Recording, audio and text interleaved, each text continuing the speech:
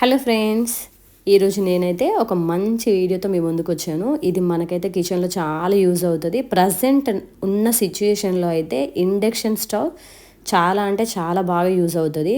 ఎందుకంటే ఎక్కడ చూసినా గ్యాస్ బుక్ అవ్వట్లేదు, హాస్టల్స్ క్లోజ్ అవుతున్నాయి, రెస్టారెంట్ క్లోజ్ అవుతున్నాయి అని ఇలా చెప్తున్నారు కదా. అందుకే నాకు కూడా కొంచెం భయం వేసింది, ఇంటికి బుక్ చేస్తే అక్కడ గ్యాస్ వస్తుందో రాదో అని. అందుకే నేను ఇక్కడే మాకు దగ్గరలో స్టీల్ ఫ్యాక్టరీ ఉంటుంది, అక్కడికి వెళ్ళి ఇండక్షన్ బేస్ స్టవ్ తీసుకున్నాను. ప్రెస్టేజ్, ఇది 2000 వాట్స్ది, చాలా బాగుంది. దీనికి మల్టీ ఆప్షన్స్ ఇచ్చాడు, చాలా అంటే చాలా బాగుంది. దీనికి ఎలాంటి డిషెస్ వాడుకోవాలి అలాంటివన్నీ నేను చెప్తాను.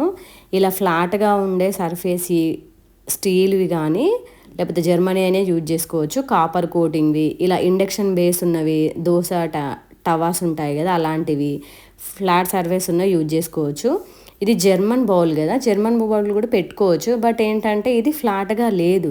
ఫ్లాట్గా లేకపోవడం వల్ల ఇది మనకి పెట్టగానే మనకు ఆన్ అవ్వదు. ఆన్ అవ్వకుండా ఒక రకంగా బీప్ బీప్ సౌండ్ చేస్తూ ఉంటుంది. ఇది అసలు మనకు ఆన్ అవ్వను కూడా ఆన్ అవ్వదు.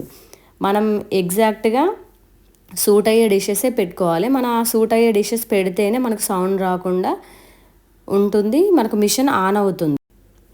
ఇండక్షన్ స్టవ్ ఎలా ఆన్ చేయాలి, ఇది ఎలా పనిచేస్తుంది అని నేను మీకు క్లియర్గా చెప్తాను ఈ వీడియోలో. రైట్ సైడ్ ఉంది ఆన్ ఆఫ్ బటన్. మనం ఈ స్టవ్ ఆన్ చేయగానే ఇక్కడ డిస్ప్లే పైన ఆన్ చూపిస్తుంది. మనం ఇప్పుడు నేను ఎగ్జాంపుల్గా టీ పెట్టడం చూపిస్తాను. ఫస్ట్ ఈ రౌండ్గా ఉంది కదా సర్కిల్, అందులోనే కంప్లీట్ బౌల్ ఇన్సర్ట్ అవ్వాలి. లేకపోతే కొంచెం కూడా గ్యాప్ వచ్చినా కూడా అది బీప్ సౌండ్ చేసి తీసుకోదు.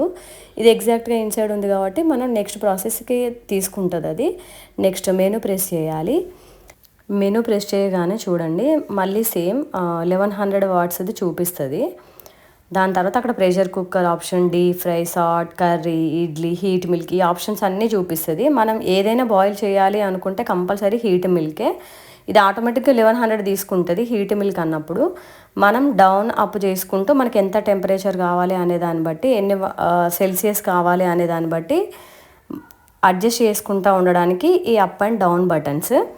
మనకు 350 to 100 సరిపోతుంది, మీడియం సిమ్లో లాగా పనిచేస్తుంది అనమాట.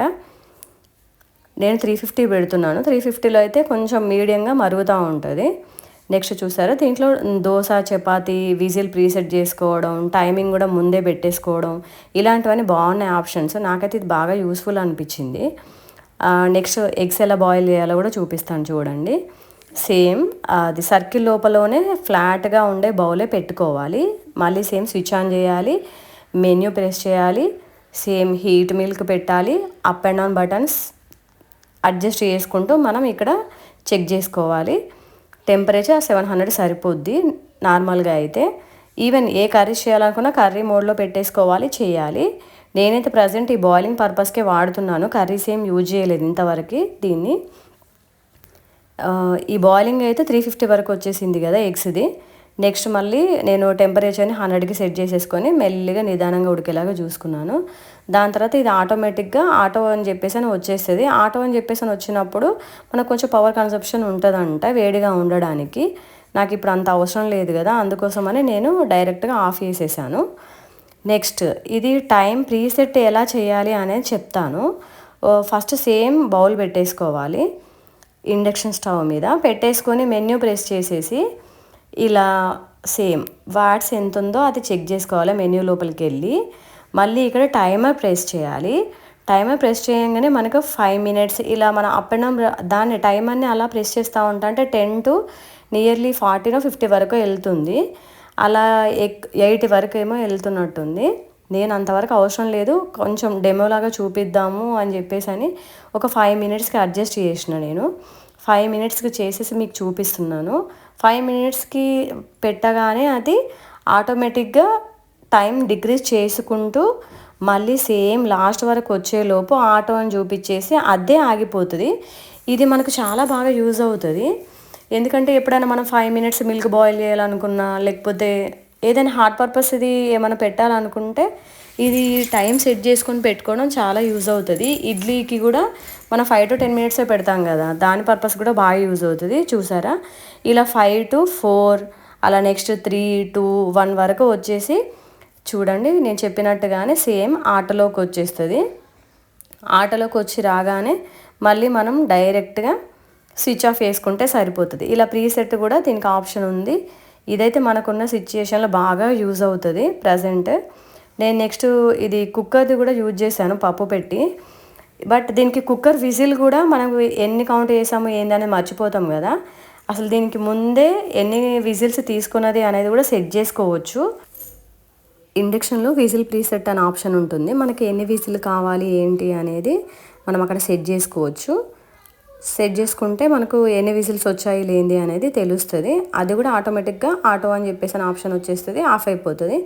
నెక్స్ట్ మనం డైరెక్ట్గా ఆన్ ఆఫ్ చేసేసుకుంటే సరిపోతుంది. ఇది ప్రెస్టేజ్ వాళ్ళు 1 year వారంటీ ఇచ్చారు ఇండక్షన్ స్టవ్కి. కంప్లీట్గా 1 year వారంటీ అంట. వాళ్ళు ఇంటికి వచ్చైనా సర్వీస్ చేస్తారంట, లేకపోతే ఆన్లైన్ అయినా పెట్టుకోవచ్చు అంట. ఈ బుక్లో కంప్లీట్ ఇన్ఫర్మేషన్ ఉంది. దీన్ని ఎలా ఇన్స్టాల్ చేసుకోవాలి, దీని ఇండక్షన్ పైన ఏమేం బోర్డ్స్ పెట్టి యూజ్ చేసుకోవాలి, ఏదైనా ఎర్రర్స్ వస్తే ఎలా సాల్వ్ చేసుకోవాలి, ఇలాంటి ఇన్ఫర్మేషన్ అంతా ఇందులో ఉంది. చూడండి దీంట్లో ఏమేం బౌల్స్ యూజ్ చేయాలి అనేది దీంట్లో క్లియర్గా మెన్షన్ చేశారు. ఇండక్షన్ బేస్ స్టవ్ని కూడా ఎలా క్లీన్ చేసుకోవాలి అనేది కూడా ఉంది ఇక్కడ. చూడండి నేను తీసుకుంది 2000 wattsది. ఈ మోడల్ అయితే చాలా బాగుంది. దీంట్లో అన్ని ఆప్షన్స్ ఉన్నాయి. మీకు ఈ వీడియో కనుక నచ్చితే లైక్, షేర్, సబ్స్క్రైబ్.